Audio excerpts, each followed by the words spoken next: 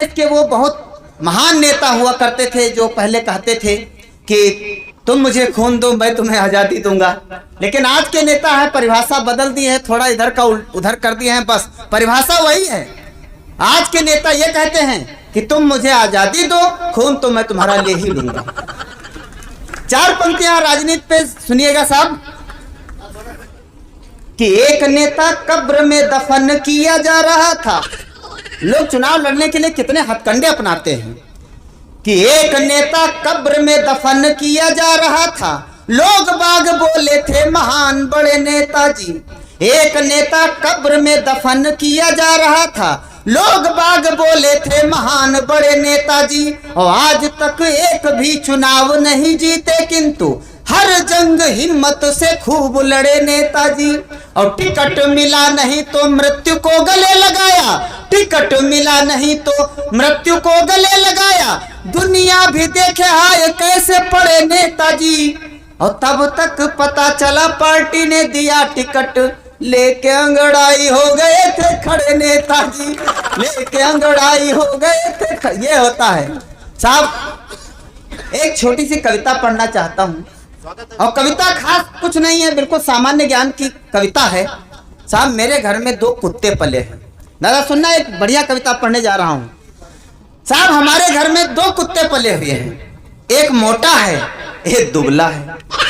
दोनों की दूरी बस इतनी होती है जैसे एक कुत्ता यहाँ है, एक मान लीजिए एक वहां है, बस एक मोटा है एक दुबला है। मतलब मैं और कुछ नहीं कर रहा, मतलब इतनी दूरी है हमारे इनके बीच में, ये जैसे इतनी दूर पे मान लीजिए, है ना।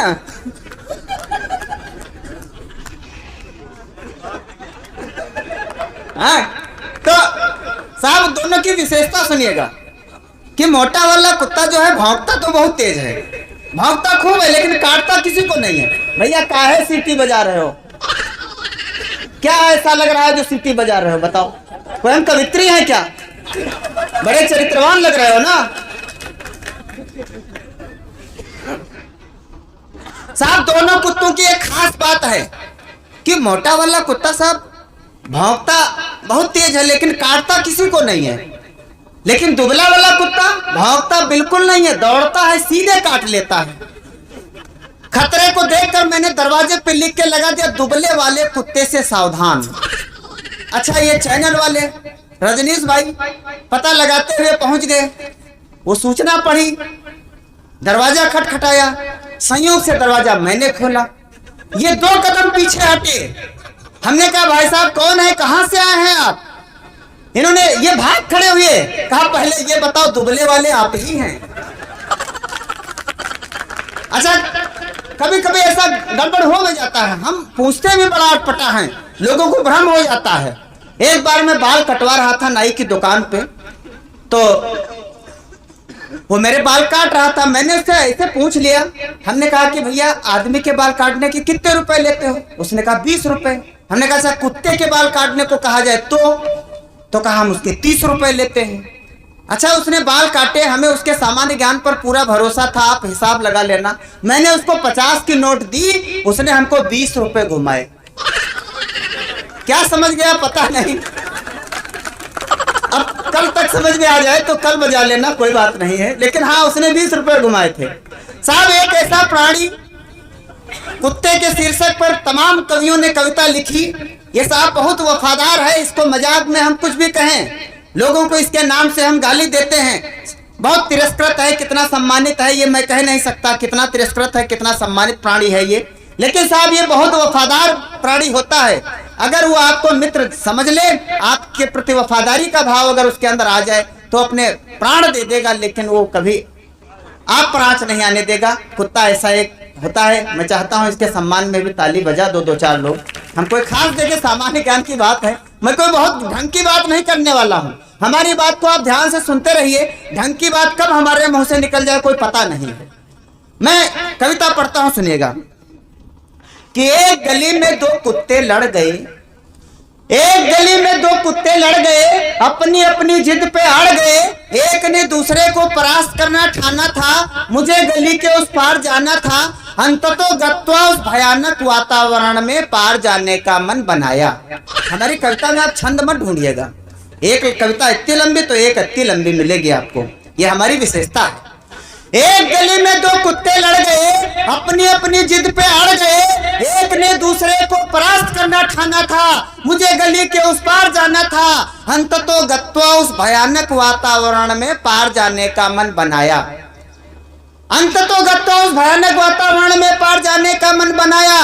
ना जाने कितने दिनों बाद बजरंगबली का नाम याद आया कि हनुमान चालीसा की चौपाइयों का स्मरण करते करते गली में जा घुसा डरते डरते, कुत्तों की मनसा को भांपते हुए, कदमों को धीरे धीरे नापते हुए मैं भूतपूर्व सरकार की तरह आगे बढ़ रहा था। सामने के द्वंद्व युद्ध को साफ साफ पढ़ रहा था। सामने के द्वंद्व युद्ध को साफ साफ पढ़ रहा था।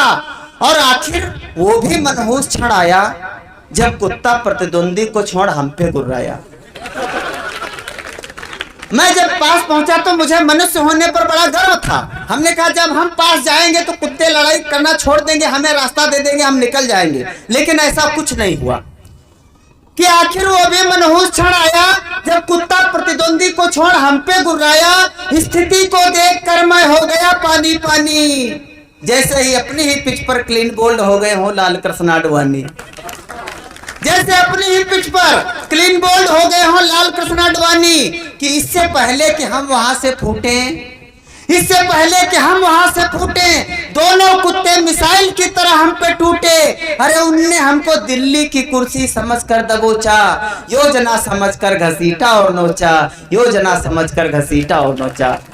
यहाँ से अगर व्यंग की धारा शुरू हो जाए तब आशीर्वाद देना, लखीमपुर के इस नन्हे से कलम को, नन्हे बच्चे को आशीर्वाद देना। एक व्यंग के झीने आवरण में लिपटी हुई एक प्रस्तुति आपके बीच में रखना चाहता हूँ, वो मैं बात कहना चाहता हूँ, सुनिए। इससे पहले कि हम वहां से फूटे, दोनों कुत्ते मिसाइल की तरह हम पे टूटे। उनने हमको दिल्ली की कुर्सी समझकर दबोचा, योजना समझकर घसीटा और नोचा। कि मैं अधफटे भारतीय मानचित्र की तरह पड़ा था, मैं अधफटे भारतीय मानचित्र की तरह पड़ा था। एक कुत्ता दाएं दूसरा बाएं अब भी खड़ा था, एक कुत्ता दाएं दूसरा बाएं अब भी खड़ा था। मैंने अपने अंदर के साहस को टटोला, निवेदित भाव से बोला, अरे ओ गली के शेरों अब तो यहाँ से जाओ। मुझे कहना पड़ा, मजबूरी में कहना पड़ा। वो कुत्ते थे लेकिन कहना पड़ा शेर हो तुम, क्योंकि अपनी गली में तो कहना पड़ेगा। हाँ, कि एक कुत्ता दाएं दूसरा बाएं अब भी खड़ा था। मैंने अपने अंदर के साहस को टटोला, निवेदित भाव से बोला, अरे ओ गली के शेरों अब तो यहाँ से जाओ। मुझे किस अपराध की सजा दी है इतना तो बताओ।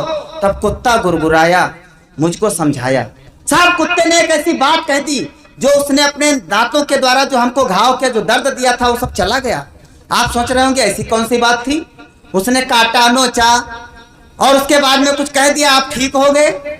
साहब ईमानदारी से बता रहा हूं, आपके सर में हल्का हल्का दर्द हो रहा हो और पेट में भयानक दर्द अगर प्रारंभ हो जाए तो किसको आप महत्व देंगे। निश्चित रूप से आपके ऊपर जब कोई छोटी समस्या होती है और फिर उस पर जब बहुत बड़ी समस्या आ जाती है तो प्रायः आप छोटी वाली समस्या को भूल जाते हैं। कि कुत्ता गुरगुराया, मुझको समझाया कि अपनी विजय का परचम फहराने को, खुद को शक्तिशाली दिखाने को तुम जैसे निहत्थों पर वार, वार पर वार फिर उनका शिकार, वार पर वार फिर उनका शिकार। अरे अपनी प्रगति का यही तो तरीका है, हमने ये हुनर विधान भवन से सीखा है, हमने ये हुनर विधान भवन से सीखा है। जब कुलदीप सेंगर जैसे लोग जब विधान भवन पहुंचते हैं और वहां से जब कुकृत्य करते हैं तब मुझे लिखना पड़ता है, मेरा आक्रोश तब कलम के द्वारा बाहर आता है। मैं वो बात कहना चाहता हूं कि अपनी प्रगति का यही तो तरीका है, हमने ये हुनर विधान भवन से सीखा है। कि वहां भी मेरे कुछ बड़े भाई हैं, वहां भी मेरे कुछ, सबकी बात नहीं करता है, वहां भी मेरे कुछ बड़े भाई हैं, हमसे भी ज्यादा खूंखार हैं, कसाई हैं। कि मेरे काटने से इंसान चंद सुइयों में ठीक हो जाता है, पर उनके सूंघने मात्र से कोई भी मौत के सटीक हो जाता है, उनके सूंघने मात्र से कोई भी मौत के सटीक हो जाता है। और हम तो उनके आगे एक छोटे से पत्ते हैं, हम तो उनके आगे एक छोटे से पत्ते हैं। असल में वही सरकारी मान्यता प्राप्त कुत्ते हैं, असल में वही सरकारी मान्यता प्राप्त कुत्ते हैं। और कुत्तों की बातों पे सोचता रहा, कुत्तों की बातों पे सोचता रहा, अपनी ही खोपड़ी को नोचता रहा। मुझे अफसोस इस बात का नहीं है मुझे अफसोस इस बात का नहीं है कि कुत्तों ने मेरे शरीर को नोचा है, मुझे अफसोस इस बात का नहीं है कि कुत्तों ने मेरे शरीर को नोचा है। अफसोस तो इस बात का है कि सफेद पोश लोगों ने भारतीय मानचित्र को कहां कहां नोचा है। सफेद पोश लोगों ने भारतीय मानचित्र को कहां कहां नोचा है। सफेद पोश लोगों ने भारतीय मानचित्र को कहा। बहुत बहुत धन्यवाद। बहुत